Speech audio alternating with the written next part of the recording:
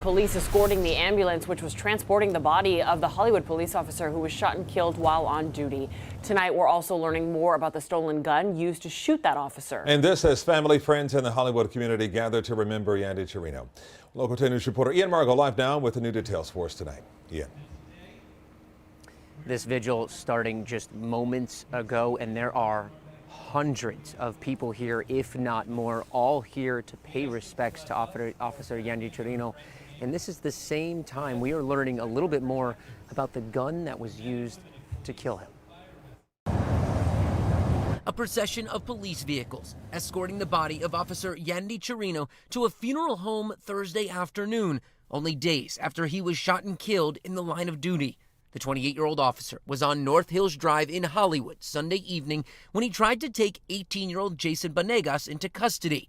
According to police, Banegas, who was riding a stolen bicycle at the time, also had a gun in his pocket. And when he and Officer Chirino were struggling, Banegas fired a shot that killed Chirino. I am going to hold him no bond based on these allegations that the victim officer was allegedly shot in the face, which led to his ultimate demise. We've since learned the gun used in that fatal shooting was stolen from Miami-Dade. Off camera, the gun's owner tells us he picked up two women he was friends with back in September, and one of them found his 9mm Glock in his car's glove box. She took it out and asked to keep it, but he said no and put it back, then locked the compartment.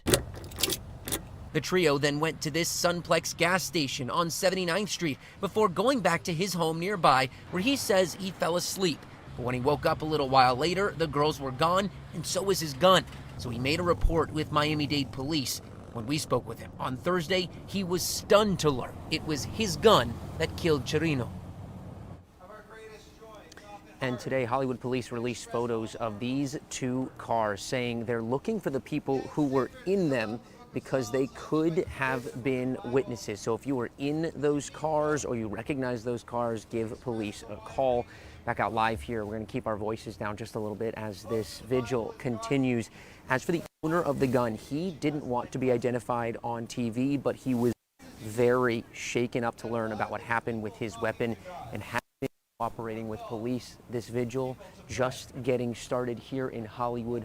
Hundreds and hundreds of people out here to pay their respects.